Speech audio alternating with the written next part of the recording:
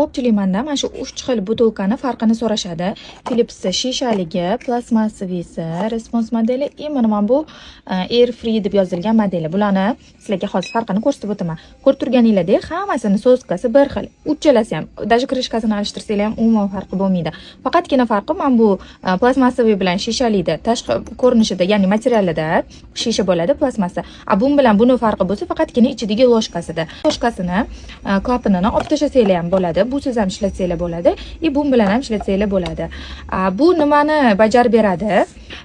Korobkasida hozir ko'rsatib o'tgan, mana ko'rib turganingizdek, butilkani gorizontalni, ya'ni yerga parallelni ushlagan holatda, faqat buni to'g'ri ushlash kerak. Mana shunaqa tepada turish kerak. Shunaqa holatda ushlaganingizda, birinchi bunda sutga to'ldirib olasizlar-da, keyin mana shuni ushlaysizlar.